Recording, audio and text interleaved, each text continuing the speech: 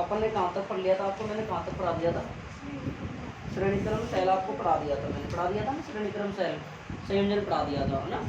बाकी उससे पहले मैंने आपको सेलों का बताया था आपको कि जब प्लस धनात्मक सेल कब आता है, निरावेशन की स्थिति कब आती है, आवेशन की स्थिति कब आती है, ई प्लस कब होता है, ई माइनस कब होता है। मैंने उसको आपको 2 दिन पहले आपको मैंने अच्छे से समझा दिया था, मैंने 1 दिन पहले क्लास नहीं हुई थी मेरी तबीयत की वजह से।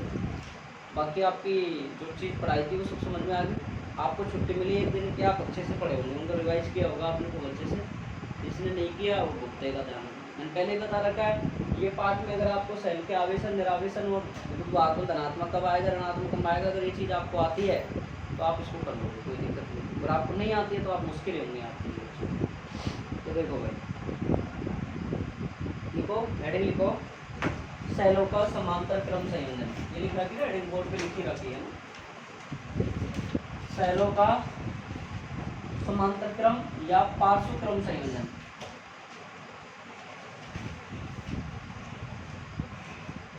अच्छे से लिखना ना, इनको समझते। देखो नीट में यही से क्वेश्चन आया था परसों पेपर में, जो भी पेपर लगाता था उसमें ध्यान रखना, इसको अच्छे से पढ़ना है इनको ना। सेलों का समांतर क्रम या पार्श्व क्रम संयोजन। पेन रेड पड़ा होगा, ब्लू तो इसमें रख जाना ही है ना। देखो साहब क्या पढ़ रहे हैं अपन, समांतर क्रम संयोजन, है ना। अच्छे से पढ़ना है और अच्छे से एक समझ बनानी है आपको, है ना।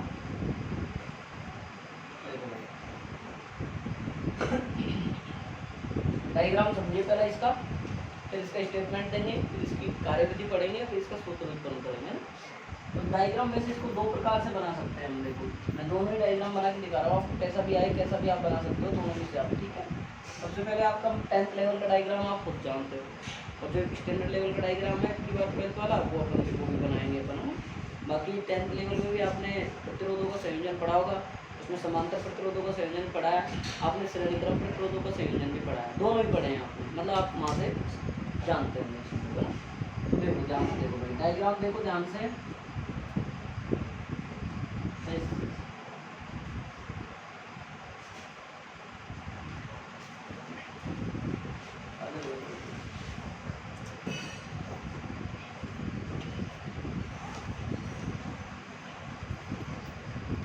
ऐसा कुछ ही बनता था ना 10th क्लास में, ऐसा ही बनता था ना, एक बीच में वो लगा देते थे, है ना।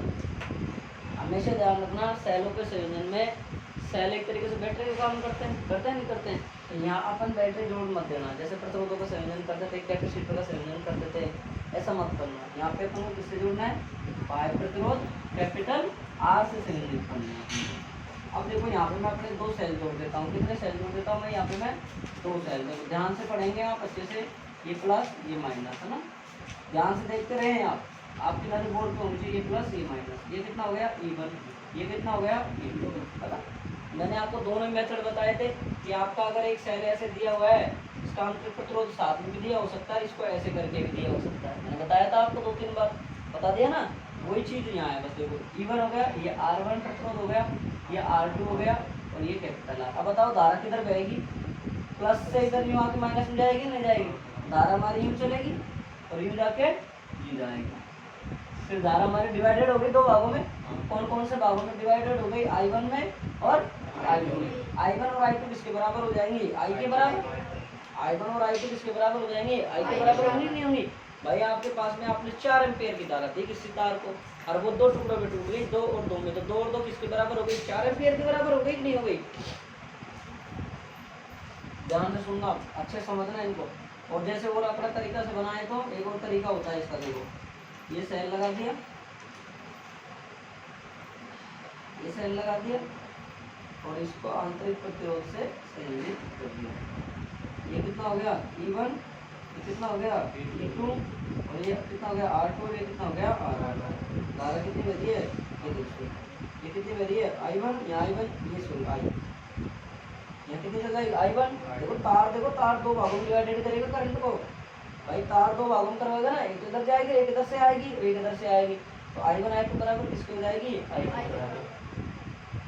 समझ गए। तो आप दोनों ही तरह से डायग्राम बना सकते हो, चाहे तो आपको ये दिया हुआ हो सकता है, एक का पेपर देखा होगा अपन, तो इस तरीके से दिया होगा है ना, कैपेसिटर में था, ये प्रतिरोध में था, ये आप देख लेना उसको, मुझे ध्यान नहीं है।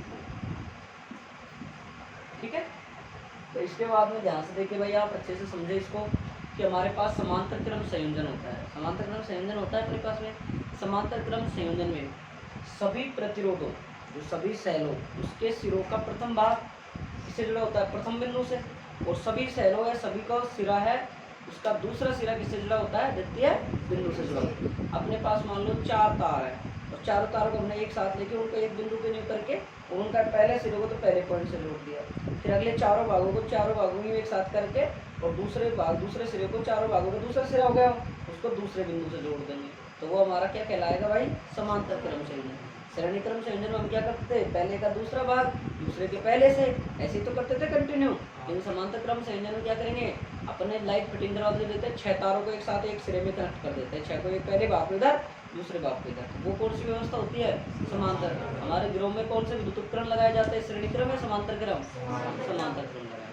कौन से क्रम लगाए जाते हैं भाई, समांतर क्रम लगाए जाते। समझ में आ गई मेरी बात। तो इसकी डेफिनेशन में नहीं लिखवाऊंगा, क्योंकि मैंने आपको संधारित्रों में लिखा दी, मैंने आपको प्रतिरोधों में लिखवा दी, आप खुद लिखेंगे यहाँ से। क्या लिखोगे भाई, देखो भाई कि संयोजन में सभी सेलों का जो प्रथम सिरा है, वो प्रथम बिंदु से, इसको बोलते हैं नोड पॉइंट या संधि बिंदु। अभी तो चौक नियम में पढ़ाएंगे अपन, आप तो पहला बिंदु ध्यान रख लो, सभी सेलों का प्रथम बिंदु प्रथम सिरे से, सभी सेलों का द्वितीय बिंदु द्वितीय सिरे से। यहाँ आप बोलो सर 2 ही सेल के यूज लिए, आप और ज़्यादा भी लेके इसको कैलकुलेट कर सकते, बिल्कुल कैलकुलेट कर सकते, लेकिन यहाँ पे जब धारा आएगी, करंट आएगी, वो कॉम्प्लिकेटेड हो जाएगी निकालने में, कैलकुलेशन बहुत कॉम्प्लिकेटेड हो जाएगी, इसलिए हमने यहाँ पे 2 सेल लेके हम धारा निकाल रहे हैं। ठीक है भाई, बात समझ में आई। पहले आप डायग्राम बना लो। चलो परिभाषा लिखाऊँ क्या, लिख लोगे, लिखाऊँ, लिख लोगे, लिखाऊँ, लिख लोगे, लिख लेना कि संयोजन में सभी सेलों का प्रथम सिरा प्रथम बिंदु से तथा द्वितीय सिरा द्वितीय बिंदु से जुड़ा होता है। जगह छोड़ के लिख देना, परिभाषा की जगह छोड़ देना, डायग्राम बनाओ। अब ये पढ़ के आए हो, नहीं पढ़ के आए हो कल का, देखो दिखा रखो भी कहाँ पढ़ा, कॉपी कहाँ है तेरी, फिर कॉपी तीसरा पढ़ कर लिया, कितना रह रहा है,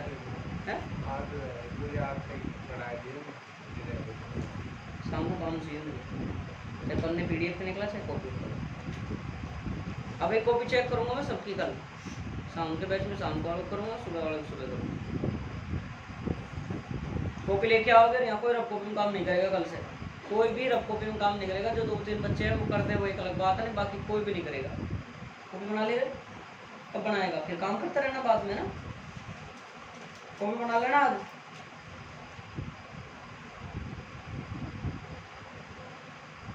आप चाहो तो सर डायग्राम बना लो, आपकी इच्छा को थोड़ी ना।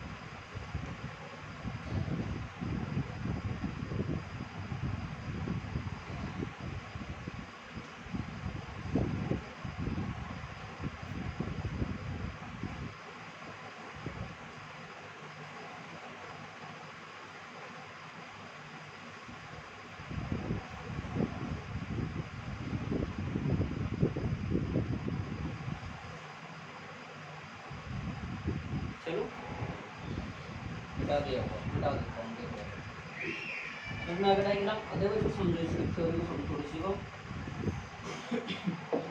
यहाँ पर हम 2 सेल लेते हैं, क्या लिखोगे, यहाँ पर हम 2 सेल लेते हैं, E1 और E2, जिनके आंतरिक प्रतिरोध R1 और R2, इन्हें हम आंतरिक प्रतिरोध बाह्य प्रतिरोध R से संयोजित करते हैं। आप सुनिए, यहाँ पर हम दो सेल लेते हैं E1 और E2, इनके आंतरिक प्रतिरोध R1 होता है और R2। बार बार बता रहा हूँ, आंतरिक प्रतिरोध यहाँ भी लिखा हो सकता है, इसमें भी दिया हुआ हो सकता है, ठीक है। इनका आंतरिक प्रतिरोध R1 और R2 होता है तथा इन्हें बाह्य प्रतिरोध R से संयोजित किया जाता है। अब समझ में आ गई नहीं है, ये लिखना है हमको। फिर हम लिख लेंगे प्रथम सेल के सिरों पर उत्पन्न विभवांतर निकाल लेंगे। विभवाक बल क्या कल अपन ने पढ़ा था, EVR से संबंध पढ़ा था, और वैसे भी हम जानते हैं क्या विद्युत वाहक बल बराबर, हमने कल एक चीज पढ़ी थी बराबर क्या, टर्मिनल विभवांतर प्लस आंतरिक विभवांतर। पढ़ा था नहीं पढ़ा था भाई? जो लोग एक दिन पहले की क्लास पढ़ के आए उन्होंने मैंने समझाया था आपको EVR में रिलेशन पढ़ाया जब कि E बराबर V प्लस IR होता है, या E बराबर capital V plus small v होता है, स्मॉल v बराबर आंतरिक विभवांतर बराबर IR होता है। मैंने बताया था आपको, और वही अपन यहाँ पे यूज लेंगे, द्वितीय में भी इसी प्रकार से लेंगे, दोनों मानों को फिर हम रख देंगे टोटल करंट में मान निकाल। तो आप लिखिए यहाँ पर हम दो सेल जिनके विद्युत वाहक बल, यहाँ पर हम दो सेल जिनका विद्युत वाहक बल, यहाँ पर हम दो सेल जिनका विद्युत वाहक बल E1 व E2 है। दिलकश दोबारा लिखने में तेरी कमर नहीं घिसेगी, शाम को बढ़ गया तो जोर आ रहा है तेरे को। यहाँ पर हम दो सेल जिनका विद्युत वाहक बल E1 व E2 है समांतर क्रम में संयोजित करते हैं, समांतर क्रम में संयोजित करते हैं।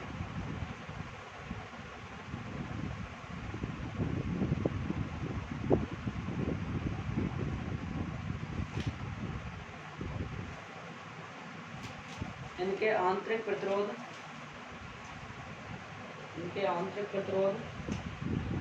स्मॉल r1 व स्मॉल r2 है, स्मॉल r1 व स्मॉल r2 है।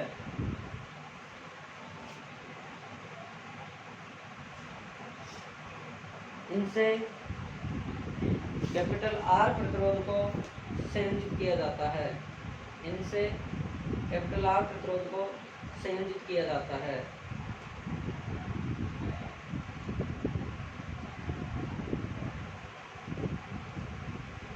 सेल E1 द्वारा प्रवाहित धारा, सेल E1 द्वारा प्रवाहित धारा I1 तथा E2 द्वारा प्रवाहित धारा I2 है, तथा E2 द्वारा प्रवाहित धारा I2 है। तो कुल धारा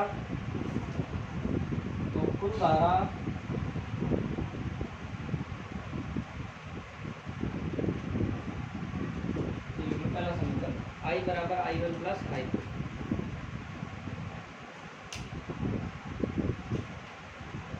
देखो प्रथम सेल लिख लिए, बोर्ड पे लिख लिया क्या?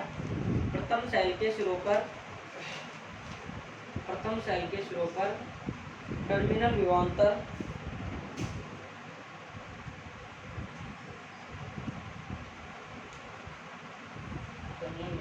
क्या हो जाएगा भाई?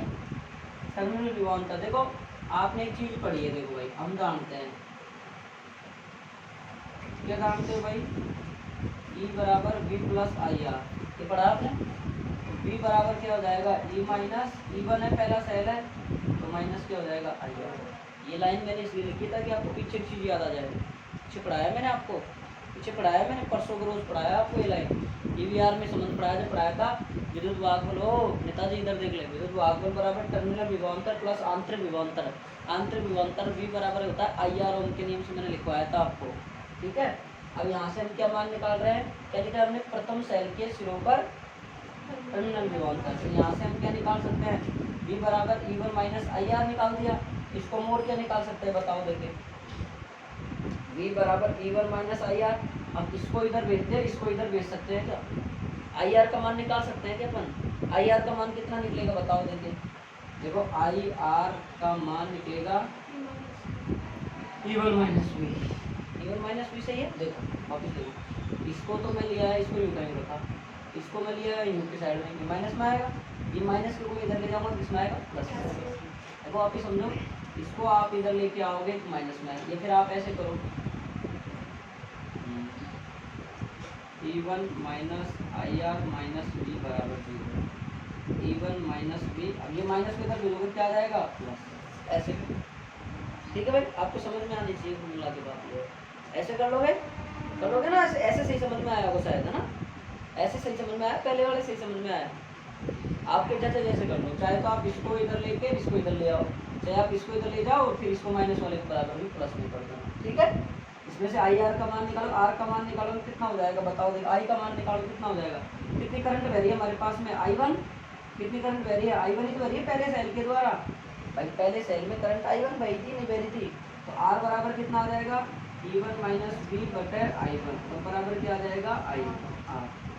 अब देखो इसी प्रकार हम क्या करेंगे, द्वितीय सेल के सिरों पर उत्पन्न विभव टर्मिनल विभवांतर निकालेंगे, तो द्वितीय सेल पर कितना आ जाएगा सर, वही आ जाएगा, क्या आ जाएगा बताओ भाई, देखिए V बराबर E2 माइनस I2 R, समझ में आ गई बात? वही चाहे इसको इधर ले जाओ, क्या आ जाएगा भाई E2 minus I2 R minus V बराबर 0, तो क्या आ जाएगा E2 माइनस V बराबर I2 R। ध्यान से देखें भाई, E2 माइनस V बटा कितना आ जाएगा R बराबर I2। समीकरण नंबर बात आ गई समझ में? समझ में आई नहीं आई ये बात? हाँ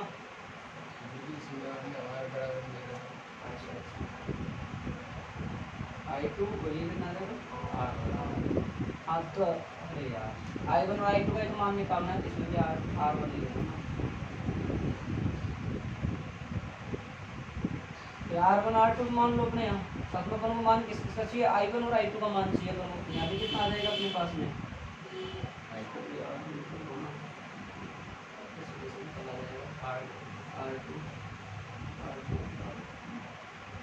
द्वितीय सेल के लिए कर रहे हैं इसलिए कर दिया अपन, यहाँ कितना आ जाएगा I2 और यहाँ कितना आ जाएगा R।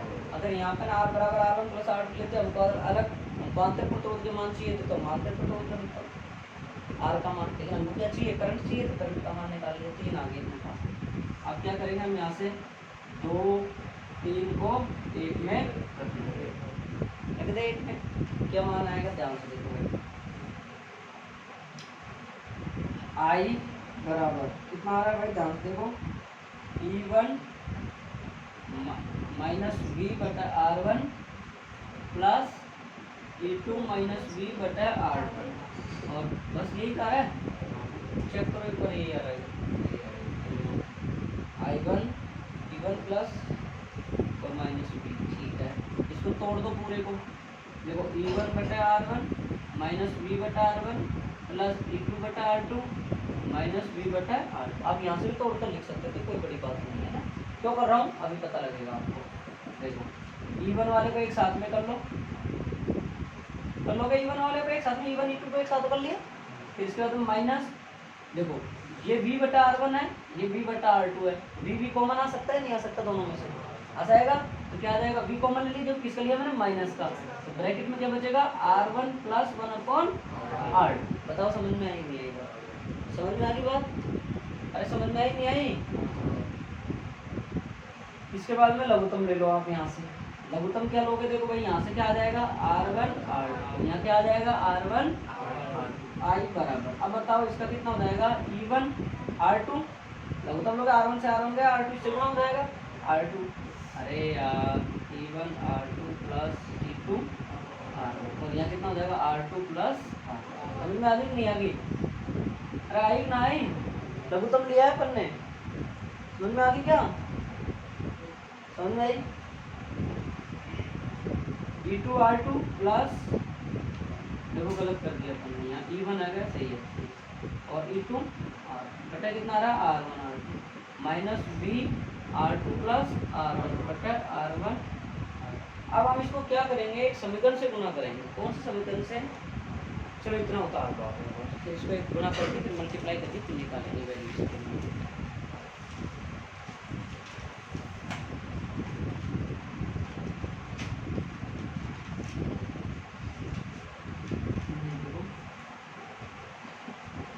समीकरण को R1 R2 बटा R1 प्लस R2 से गुणा करने को, क्लास में पूरी क्लास दिख रही है, समझ में आ गया नहीं? अरे तेरे को समझ में नहीं है श्याम? समझ में आ गया?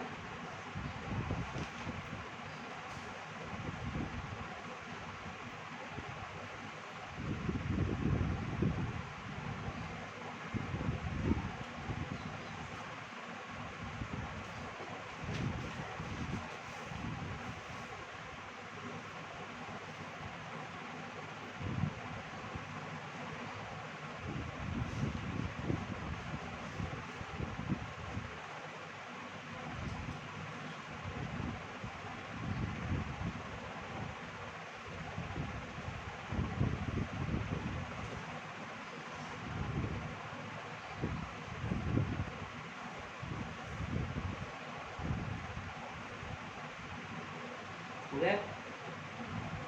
जल्दी करो फटाफट, जल्दी करो भाई।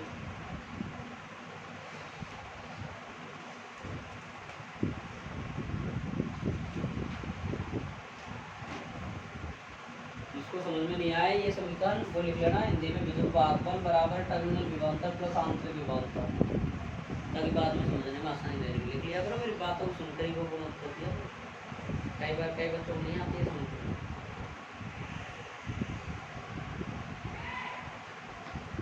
हमें समझ में आ रही है ना? सही था।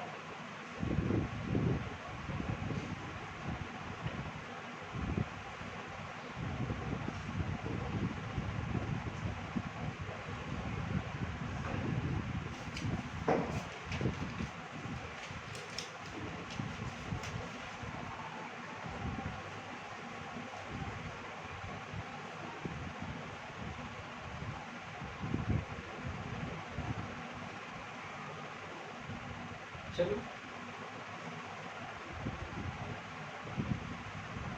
चलो भाई, हो गया? मानो हो गया?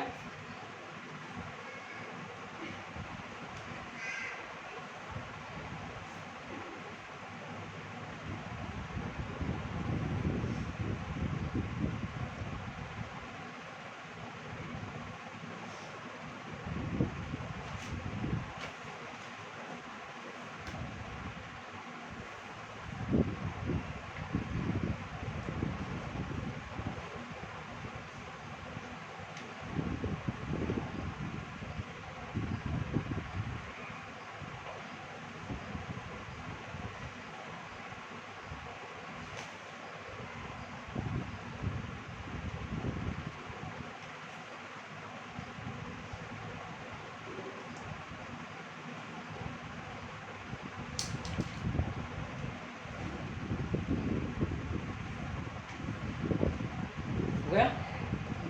वापस समझाता हूँ एक बार, फिर वापस देखो भाई, हो गया होगा? देखो वापस देख एक बार। अपन ने क्या किया, अपन समांतर क्रम संयोजन पढ़ रहे हैं। अपन ने दो सेल पर लगाए, इसमें 216 में से कितने करंट जा रही है? 2 करंट जा रही है। दोनों करंट किसके बराबर है? आई के बराबर है। दोनों करंटों का मान निकालने हैं हमको। मान निकाले तो कैसे निकाले हम? सुन लो भाई ढंग से एक बार, कि हम जानते हैं sir terminal E B R में संबंध हम जानते हैं कि विद्युत भागफल बराबर टर्मिनल विभवांतर होता है प्लस आंतरिक विभवांतर होता है। ठीक है, ये मान जानते हैं। यहाँ से हमको तो आई का मान निकालना है। सर प्रथम सेल के लिए लिखेंगे तो ये यहाँ पे आपने लिख लिया ना, आप हिंदी में लिख लेते द्वितीय सेल के सिरों पर, तुमको लिख लेना। पहले इसमें लिखाई दिया था तो आप दूसरे में आप खुद भी लिख सकते हो, द्वितीय सेल के सिरों पर। ठीक है, टर्मिनल विभवांतर। देखो भाई, फिर इसके बाद में आपने पहले किया था E1 I1 R1 ले लिया। यहाँ से आपने क्या किया, देखो ध्यान सुनो भाई, यहाँ से आपने इसको इधर लेके बराबर में 0 कर दिया। तो E1 माइनस बी बराबर क्या आ गया? I1 R1 आ गया। सुन ले राहुल, R1 का मान निकाला तो E1 बटा R1 माइनस बी बटा R1 आ गया। इसी प्रकार द्वितीय सेल के सिरों पर उत्पन्न विभवांतर टर्मिनल विभवांतर निकाला, V बराबर ये फॉर्मूला बन गया। वही मान आ गया सेम, यही याद रहे। आप डायरेक्ट देखो द्वितीय सेल के सिरों पर विभवांतर यहाँ U2 कर दो, R1 जगह R2 कर दो, I1 जगह। ठीक है, मत पढ़ रहे, दोनों तीनों मानों को आपने रख दिया। यहाँ रखने के बाद क्या लिया? लघुत्तम ले लिया आपने। लघुत्तम लेने के बाद में आपने ई को एक तरफ कर दिया, वी को एक तरफ कर दिया। यहाँ से वी कॉमन ले लिया, वो चीज़ आ गई। इसके बाद में आपके पास ये बैठ गया मान, समीकरण आ गई। आपने इसका लघुत्तम लिया, ये आ गया। अब इस समीकरण को आप क्या करोगे? R1 R2 बटा R1 प्लस R2 से गुना करके। अगर इसको भूल भी जाओ तो ये याद रखो, ये क्या है? R2 प्लस R1 और ये क्या है? R1 R2। इसका उल्टा कर दो, उल्टा करके इसको गुणा करना। ठीक है भाई, ठीक है, मैं दोनों तरीके बता रहा हूँ, आपको ध्यान भी रह जाएगी एग्जाम में भी। आपको ये भूल जाओ आप, यहाँ से पकड़ लो, आप यहाँ से भी नहीं पकड़ो, यहाँ से पकड़ लो, इसका उल्टा कर दो, बस उल्टा करके गुणा कर दो आप।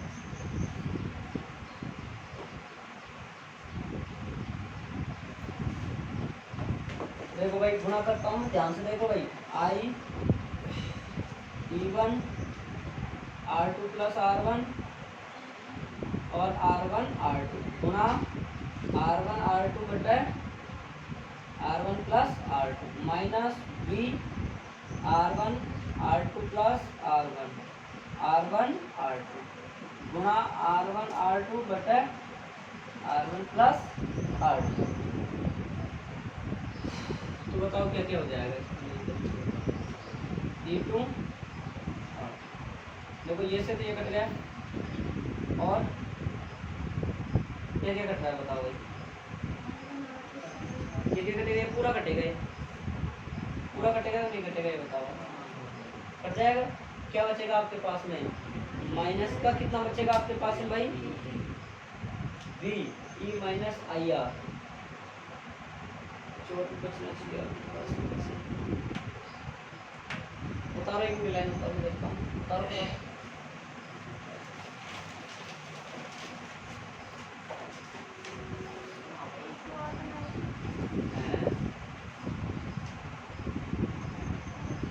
पास आई भी बच रहा था क्या कुछ, हाँ आई बराबर चल,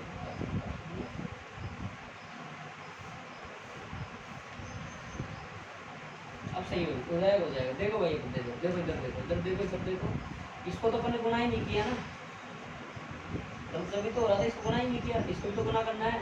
तो आई को गुना किससे करोगे आप, R1 R2 बटे R1 प्लस R2। ये भी तो एक संख्या थी अपने पास में, आई बराबर तो मान चल रहा था I1 प्लस I2 के।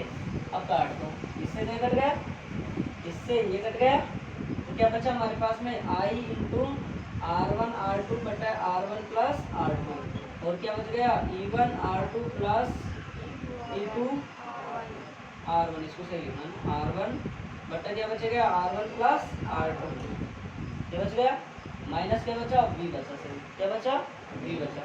अब देखो यहाँ से V को तो आप इधर ले आओ, इसको आप इधर ले दो, V को आप इधर ले आओ, माइनस का किसमें हो जाएगा, प्लस में, ये किसमें हो जाएगा, प्लस का माइनस में हो जाएगा। तो आप यहाँ से V लाओगे तो कितना हो जाएगा, E1 R2 plus E2 R1 बटे, ये इधर जाएगा किसमें होगा, और ये कितना हो गया, R1 R2 बटा R1 प्लस R2। बात समझ में आ गई, समझ में आई नहीं आई, आपका V माइनस में इधर लाया किसमें हो गया, प्लस में हो गया, और आप इसको इधर लेके गए किसमें हो गया, माइनस में हो गया आपका। अब आप एक चीज जानते हो, देखो तुल्य प्रतिरोध जानते हो निकालना, कैसे निकालते हैं तुल्य प्रतिरोध, सर 1/r बराबर अगर 1/r1 प्लस 1/r2 होता है कि नहीं होता है, इसमें आप लघुत्तम ले लो, मैं सिखा रहा हूँ ध्यान रखना, मैं डायरेक्ट लिखता नहीं, मैं R1 R2 लघुत्तम आ जाएगा, तो ये कितना हो जाएगा, R2 प्लस R1, और किसके बराबर आ रहा है, 1/r1। अगर मैं इसका R का मान निकालना चाहूँ, इसको उल्टा कर दूंगा, इसका क्या कर दूंगा, इसका उल्टा कर दूँ, उल्टा कर दूंगा, क्या आएगा, R बराबर R1 R2 बटा R1 R2 प्लस, यही आ रहा है ना, यही आ रहा है यहाँ पर भी, यही आ रहा है, नहीं आ रहा है, आ रहा है ना। इसकी जगह में, इसकी जगह ये लिख सकता हूँ, नहीं लिख सकता, लिख सकता हूँ, लिख सकता हूँ ना। अरे इधर देख लो भाई, ये तुल्य प्रतिरोध निकालते हैं पहले, वहाँ समांतर क्रम प्रतिरोधों को संयोजन मैंने कैपिटल R लेके समझाया था। क्या होता है तुल्य प्रतिरोध, जब बहुत सारे प्रतिरोध जुड़े होते हैं, उनमें से कोई एक प्रतिरोध सबको हटाकर एक जोड़ देते हैं, जिसका धारा और विभवांतर चेंज नहीं हो, वही तो तुल्य प्रतिरोध कहलाता था। तो ये ध्यान से आ गया समझ में, ये मैंने एक्स्ट्रा में करवाया आपको, ये मान रखने के लिए। तो मैं क्या लिख सकता हूँ, यहाँ से आता है V बराबर E1 R2 plus E2 R1 और R1 plus R2 minus I R। बताओ समझ में आ गया, समझ में आया नहीं आया बात, ये बात समझ में आई नहीं आई, ये वाली, ये अपन ने क्या किया, तुल्य प्रतिरोध निकाला, ये यहाँ से आएगा, ये आ गया, इसका उल्टा करा तो हमारे पास ये मान प्राप्त हो रहा है कि नहीं हो रहा, ये हो रहा है। अरे चाहे R2 पहले लिख दो, चाहे R1 के बाद में लिख दो, तो बात हो गई। माइनस आता तो फर्क पड़ता ना, माइनस में चीज़ आती तो माइनस में मतलब लग जाता, R2 बड़ा है R2 1 छोटा है, वो चीज़ देखते हैं। या तो दोनों चीज़ पॉजिटिव है, तो ये कर दिया, इसकी जगह क्या पुट कर दिया, ये कर दिया। समझ में आ गई बात, समझ में आई नहीं आई ये बताओ। अरे बाद में उतार लेना, शताब्दी एक्सप्रेस कहीं जा रहा है क्या, उड़ रहा है, भग रहा है। ये समझ में नहीं आएगा तो कुछ भी नहीं आएगा। एक बार दिमाग से आउट हो गया तो आउट ही है। समझ में आ गया भाई? अभी तुम्हारे समझ में आ गया? क्लियर है चीज? आगे देखो।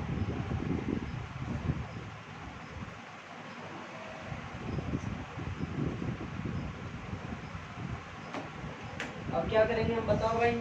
समीकरण नंबर कौन कौन सी आ गई है तो हमारे पास में? कितने नंबर दे दिए अब तक हमने? 3 दे दी, 4 दे दी। ये होगी 4 और ये होगी 5। समीकरण 4 व 5 की तुलना करने पर बताओ। देखो तुलना करना बताओ। तुलना करने पर क्या बचेगा बताओ भाई? 4 और 5 की तुलना करो कितना आ जाएगा बताओ? चलो आपको एक बार आप लिखो फिर बताते हैं। लिखो आप।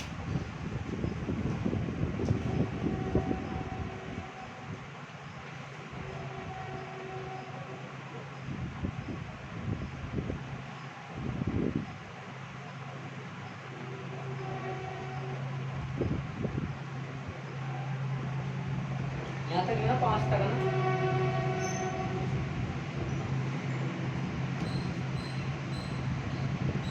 इसको लिख लेना साइड में, इसमें हिंदी में लिख लेना तुल्य प्रतिरोध है ना यहाँ पे। तुल्य प्रतिरोध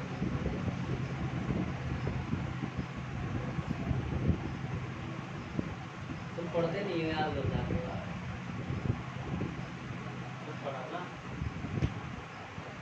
कल तो पढ़ दिए उसकी वजह से पढ़ के आए हो। अभी आपको चेक करेंगे कौन कौन पढ़ता है। कहाँ पढ़ गया है? नहीं पढ़ के भी नहीं आया। हमें पढ़ा था, सही था। मैंने कहा विकास जी जहाँ नहीं लगाना रेल बनाऊंगा।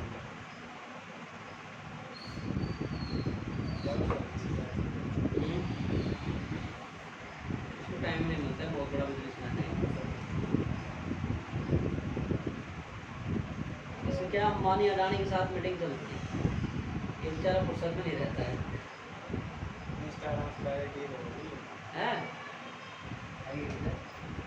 बताऊँ क्या चुपचाप काम उतार ले एक बार इधर। अरे इधर उतार ले, अभी रील बनाऊंगा तेरी में। अरे मैं पिटाई करूँगा इसकी, तुम रील बनाना। रील बनाने के बाद फंसूंगा फिर मैं कि एक अध्यापक बच्चे को जो नहीं पता है।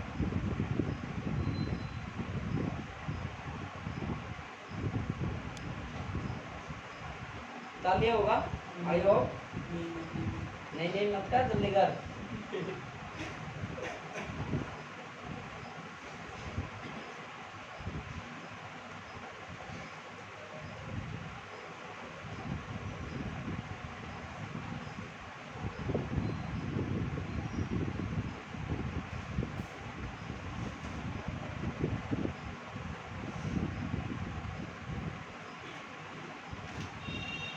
यहाँ तक पाना है वो मत देखना, उसमें एक समीकरण पढ़ा दें।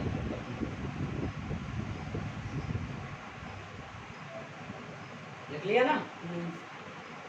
जल्दी कर जल्दी कर, जल्दी स्पीड से हाथ चलो।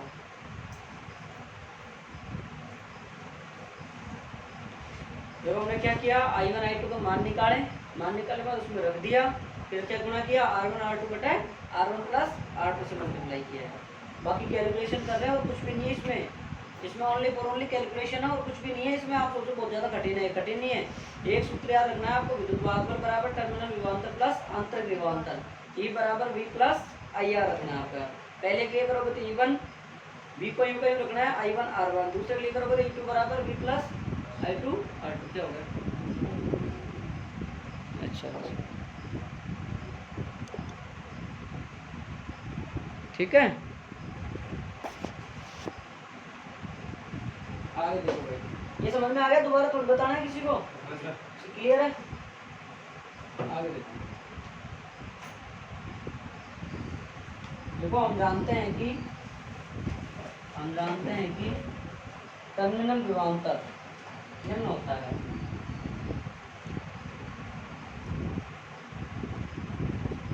टर्मिनल विभवांतर निम्न होता है। देखो भाई ये होता है, आपको जब पता होगा ये होता है। इधर देख लो भैया पहले आप समीकरण नंबर 6 व 5 की तुलना करने क्या होएगी तुलना। देखो आई आर इसमें भी कट जाएगा, नहीं कटेगा, कटेगा ना। ये भी आई आर है, ये भी आई आर है, कट गया। और बी का मान कितना है, ये रहा। तो ई हमारे पास है ही, तो बी का मान उठा के यहाँ रख दूँ। वापिस देखिए आई आर आपका माइनस में ये कट जाएगा दोनों। तुलना का मतलब क्या, दोनों बराबर कर दो। बराबर करने से देखो तुलना का मतलब बी बराबर क्या, बी बराबर ये है, इसके बराबर हम क्या कर देंगे, इसको कर देंगे, बी के मान को रख देंगे। बी के मान को रख देंगे तो आई आर से तो आई आर कट जाएगा ना। ना समझ में आई, लिख के बताऊँ, समझ में आ गई बताओ। अरे समझ में आ गई, लिख के बताऊँ, आ गई ना। आई आर से तो आई आर कट जाएगा, ई बचेगा आपके पास में। तो ई बराबर कितना आ जाएगा, E1 R2 plus E2 R1 बटा R1 प्लस R2। तो आपके पास में क्या मान आ गया, विद्युत भागफल मान आ गया। क्या मान आया आपके पास में, विद्युत भागफल। अब अपन क्या निकालेंगे कि इसमें से प्रवाहित धारा निकाल लेंगे। धारा बराबर क्या होता है, कुल विद्युत भागफल बटा कुल प्रतिरोध होता है नहीं होता है। परिपथ में प्रवाहित, अरे आई बराबर क्या होता है, विभव बटे प्रतिरोधी तो होता है। तो विद्युत भागफल क्या, विभवांतरी तो है, बल थोड़ी है, मैंने बताया आपको। तो आई बराबर क्या निकालेंगे भाई, कुल विद्युत भागफल, पूरा लिखना आप इसको ना, बटाए क्या आ जाएगा कुल, इसको अपन निकालेंगे। देखो आई बराबर कुल विद्युत भागफल, तो ये रहा ई बराबर, क्यों, ई किसके बराबर है, दो सेलों के बराबर है। तो दो सेलों का मान ये रहा, क्या लिख देंगे ई। टोटल प्रतिरोध कितना है बताओ, देखिए चित्र में देखो टोटल प्रतिरोध कितना लग रहा है। अरे कुल प्रतिरोध बताओ डायग्राम में देख के भाई, कितना कितना लग रहा है बताओ। Capital R plus R1 R2 इसके बराबर है, आर के बराबर है, इधर इधर आर, ये आपके पास में ये आता है। समझ में आ गई। अरे डायग्राम में देखो आप, उसमें से एक तो कैपिटल आर है, एक स्मॉल आर, किसके बराबर है, R1 R2 के बराबर है। तो अपन ये कुल प्रतिरोध, कुल विद्युत भागफल बटा कुल प्रतिरोध। समझ में आ गई बात।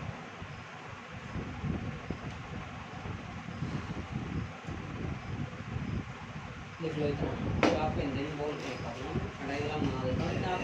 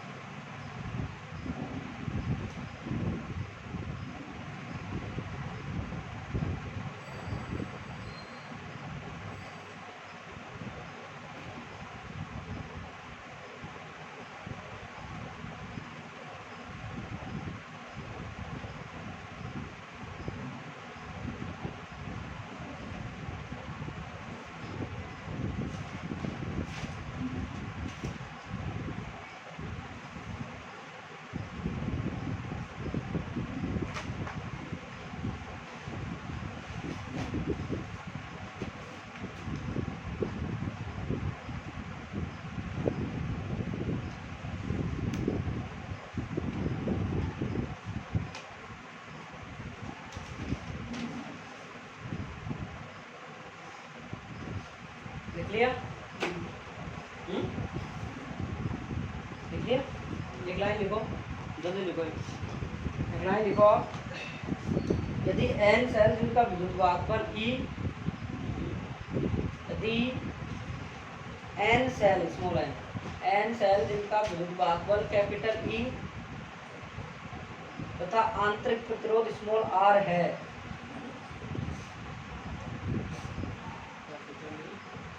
n सेल जिनका विद्युत भागफल E तथा आंतरिक प्रतिरोध R है, समांतर क्रम में संयोजित हैं ये, और ये समांतर क्रम में संयोजित है, और ये समांतर क्रम में संयोजित है, और ये समांतर क्रम में संयोजित है। देखो भाई, संयोजन का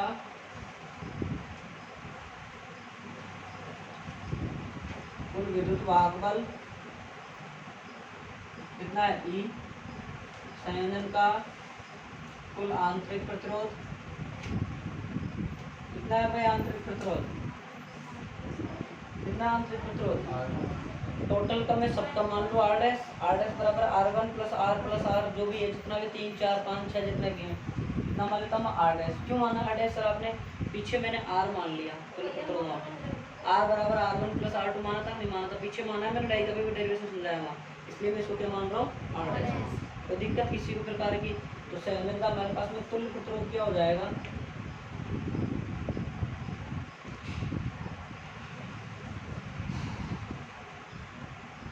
वन अपॉन आर डैश बराबर वन अपॉन आर प्लस कितना हो जाएगा, वन अपॉन हो जाएगा, नहीं हो जाएगा। इसके बराबर ये क्या निकलेगा, आर डैश बराबर कितना आ जाएगा बताओ, अरे कितने बार है, आर है, एक बार है, दो बार है, अपने वहाँ कितना लिखा था, एन बार लिखा था, नहीं लिखा था, डायग्राम देखो आप एक बार, देखो ये आर हो गया, ये इधर से ये आर हो गया, ये आर हो गया, हो गया नहीं हो गया, इसको हम कितनी बार लिख ले, one plus one upon R, और ये कितनी बार है, एन बार, तो हमारे पास में कितना आ जाएगा बताओ, कितना आ जाएगा, अरे हमारे पास में एक आर है, दो आर है, तीन आर है, और ये एन आर, कितना लिख सकते हैं हम इसको, एन बटा आर लिख लो, एन बराबर 1 2 3 4 5 6 कितने भी आ सकते हैं, तो इसको क्या लिख सकता हूँ, आर बटा एन लिखो या एन बटा आर लिखो बताओ, या अगर मेरे को ये बताओ आप ये लिखूँ या ये वाला ये वाला ये वाला,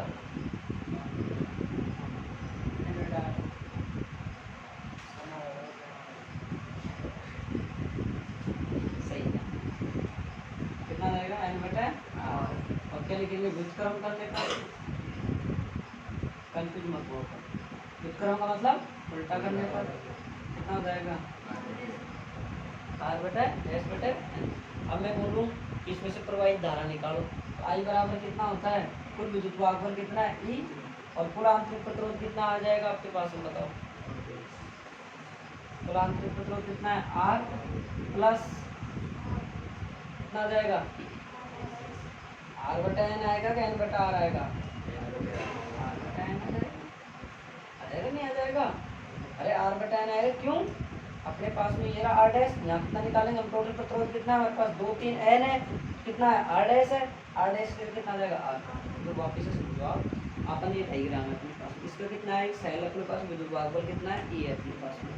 अगर आप ये नहीं लिखना चाहो कि सर हम तो एन बार ई लेंगे, एन ई लिख देना, इसके बाद में आपको क्या करना है, तुल्य प्रतिरोध निकालना, तुल्य प्रतिरोध देखो इसमें एक आर, दो आर, एन आर दे रहा क्या इसमें, अपन ने क्या निकाला, एक बटा आर डैश, क्यों भाई हम समांतर क्रम संयोजन में जो तुल्य प्रतिरोध निकालते हैं तो फॉर्मूला ये चलते हैं, एक बटा आर बराबर एक बटा आर वन प्लस एक बटा आर टू की लघुत्तम देते हैं, लेकिन हमने यहाँ आर पहले यूज ले लिया तो इसलिए आर डैश मान लिया, तो एक बटा आर, एक बटा देखो आर प्लस एक बटा आर प्लस एक बटा आर एन हो गया, तो एन बार ले लिया हमने, एन बार ले लिया, तो एन बार को हम क्या लिख सकते हैं, वन अपॉन आर डैश बराबर एन बटा आर लिख सकते हैं इसको। इसके बाद हम क्या लिखते हैं, इसका उल्टा कर दो, उल्टा क्यों कर रहे हैं सर, हमको तो आर डैश का मान चाहिए, क्यों चाहिए सर, अगर हम प्रवाहित धारा निकालेंगे तो कुल प्रतिरोध बटा आर प्लस आर आएगा हमारे पास, आएगा नहीं आएगा, और हमारे पास जो ये आर है ना ये वाला, ये कितना दे रखा है सर, आर डैश दे रखा है ना, तो आर डैश का मान चाहिए हमको, तो इसलिए हम आर डैश का मान निकालेंगे, इसके लिए क्या कर देंगे उल्टा कर देंगे, आर डैश का मान निकाला कितना आ गया, आर बटा एन आ गया, तो हमारा कुल प्रतिरोध कितना हो गया, एक तो ये जुड़ेगा, तो इनका एन बार प्रतिरोध है, एन बार ही तो है इनका, एन बार कितना प्रतिरोध है, एन बटा आर है, आर डैश बराबर कितना आ गया, हमने लिख दिया आर बटा एन, लघुत्तम ले सकते हो कितना आ जाएगा, एन आर प्लस आर आ जाएगा, एन को आप ऊपर भेज सकते हो, कितना आ जाएगा ई बटा एन आर प्लस आर बटा एन बराबर एन ई बटा एन आर प्लस, ऐसे कर सकते हो या अभी यहाँ पे छोड़ सकते हो, समझ में आया आपको, टॉपिक समझ में आया नहीं आया ये बताओ आज आप, एक बार वापस से समझ लो, अपने पास में कुल विद्युत वाहक बल यहाँ पे कितने हैं, E1 E2 N डी है, ई वही है अपने पास, इसका भी है इसका भी है इसका भी है, तुल्य प्रतिरोध आंतरिक कितने हैं हमारे पास, एक आर एरा, दो आर एरा, एन आर दे रखे हैं, बहुत सारे प्रतिरोध दे रखे हैं, हमने तुल्य प्रतिरोध में क्या मान लिया, आर डैश मान लिया इसको, आर डैश नहीं मानो R1 मान लो, R1 नहीं मानो RC मान लो, RT मान लो, RN कुछ भी एक नाम मान लो, नाम मानने के बाद आपने टोटल इसको कितनी बार लिख दिया, n बार। n बार लिख दिया, n बटा बार 1 बटा 1 बटा 1 2 बटा 3 बटा, कितने जितने लेते जाओ उतने करते जाओ। इसके बाद में ये मान आ गया आपके पास में। यहाँ से आपको किसका मान चाहिए सर? हमारे पास में जब हम निकालते हैं ओम के नियम से, तो ओम का नियम आता है सर V समानुपाती I, और V बराबर आता है IR, और I बराबर मान निकालेंगे तो क्या आएगा? V बटा R बराबर I, यही आता है। तो इस V को हम E भी तो लिख सकते हैं, क्यों? ये हमारा विद्युत विभवांतर है, ना कि बल है। समझ गए मेरी बात? मैंने लिखा है नोट लगा के आपको, विद्युत बल एक तरीके से विभवांतर है, ना कि ये बल है, लिखा है मैंने। इसकी जगह हम E कर सकते हैं। E का मतलब क्या आ गया? हमारे पास विभवांतर आ गया। और R हमारे पास में टोटल कितना है सर? एक ये रहा, इन सब का योग, इन सब का टोटल का तुमने कितना माना है? R डैश माना है, और हमारे पास में ये दोनों जुड़ जाएंगे, ये बराबर तो ये आ गया। यहाँ से हम R डैश का मान ये उल्टा हो जाएगा, उल्टा करके मान, तो हमारे पास R प्लस R बटा, क्यों sir? R plus R dash आता है, स्मॉल r डैश, और स्मॉल r डैश का मान कितना है? R बटा। आगे बात समझ में आई नहीं आई? ये बताओ, दोनों समझ में आ गई? दिलकेश अरे मना भी कर दिया था, नुकसान दिया बता दूँ, तो मना करने से कोई मतलब नहीं होगा। हमको लोग इतनी खतरनाक आती है कि हमको कोई मतलब नहीं है। आप और भी ले सकते हो, तो कोई डायग्राम और भी बना सकते हो अगर बनाना चाहो तो। जैसे आप ऐसे, इसको मैंने ये बनाया, इसको ऐसे बना सकते हो, आप ऐसे बना सकते हो। क्या है? बनाओ तो बचाओ तो बनाओ, नहीं तो कोई दिक्कत नहीं। ये देखो, ये E1 हो गया, ये E2 हो गया, ये Rn हो गया, R2 हो गया, और ये तो बन रहा है, ये मैंने बनाया, चाहे वो बना चाहिए। पर ये ध्यान रखना, ऐसा बना तो ये बस सोचना चल रहा है वाला, इसलिए मैं दोनों बनवा रहा हूँ, आप कन्फ्यूजन ना हो। कोई समझ नहीं।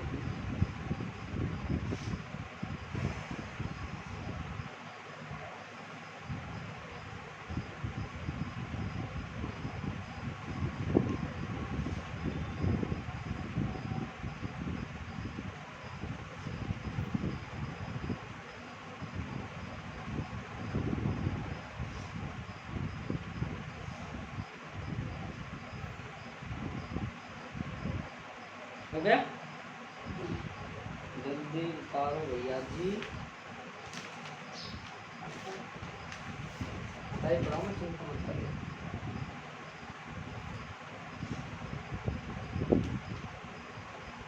कल आपका हो जाएगा विद्युत धारा शक्ति, इसके बाद हो जाएगा आपका किरचॉफ का नियम, और फिर परसों हो जाएगा आपका व्हीटस्टोन, फिर पहले रोज क्या हो जाएगा? बृहस्पतिवार, शुक्रवार को व्हीटस्टोन, सैटरडे को आपका मीटर सेतु, और संडे क्लास लगेगी नहीं, तो मेरे पेपर है ये, तो सैटरडे को नहीं लगेगी, सैटरडे को लगेगी, तो आपको बता दिया जाएगा मंडे को नहीं लगेगी, संडे को लगेगी, या सैटरडे संडे नहीं लगेगी, ये दोनों से बता देता हूँ।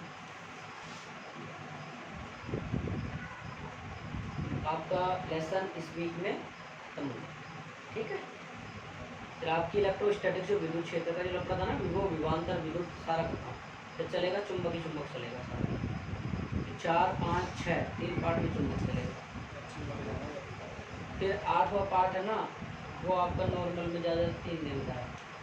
7वां पार्ट आपका बहुत बड़ा और जटिल पार्ट है, प्रत्यावर्ती धारा। जटिल तो कुछ भी नहीं है, थोड़ी सी लेंथ के डेरिवेशन समझ की चीज़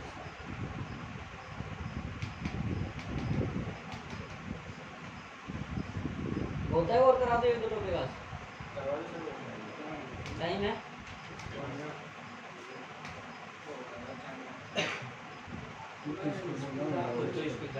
हाँ चुप रहो भाई, तुम जाकर कर दी करो ना, मेरे मालूम चले जाते हो स्कूल से?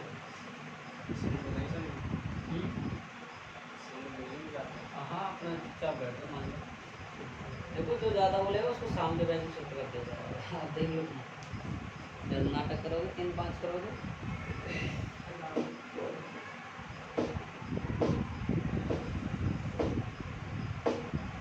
समझ में आ गया रे? नहीं है? ये सूत्र उतार दिया कि मैंने ये पूछा, ये सूत्र नहीं उतार, इसका ध्यान कहीं और चल रहा है। एक तो तरीके से बोला करो, सिटी पढ़ रहे हो तुम। क्या उम्मीद कर रहे हो?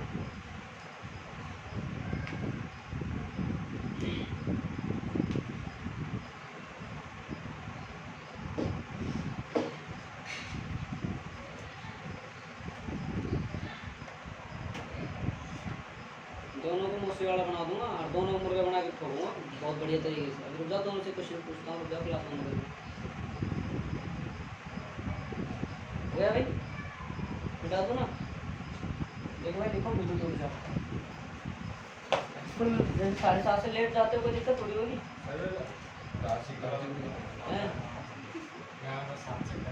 सच में वर्जिश हो जाएगी तो ऐसे हो जाए।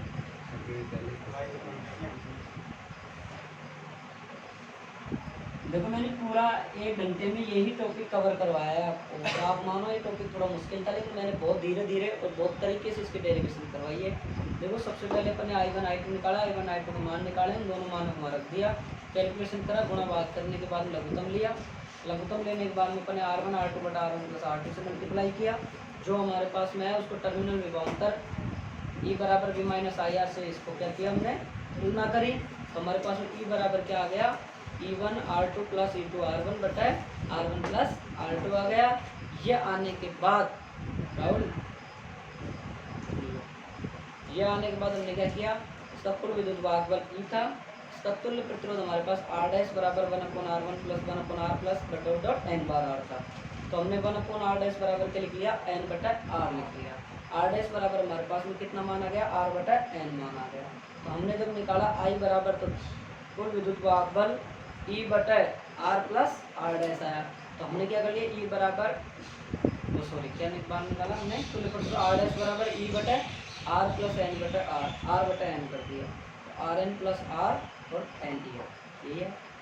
जैसे देखो मैंने बोला है, मैंने कौन सा इसको ज़्यादा रटा है तुम्हारे सामने पूरी एक लाइन बोल दी, सारे डेरिवेशन बोला, ऐसे कैसे आपको याद, जैसे मैंने थीम याद रखो, रटने से नहीं होगा। I बराबर I1 I2 करना है, दोनों के मान निकालने, रखना है, कैलकुलेशन करना है, R1 R2 बटा R1 प्लस R2 से इसको गुना करना है।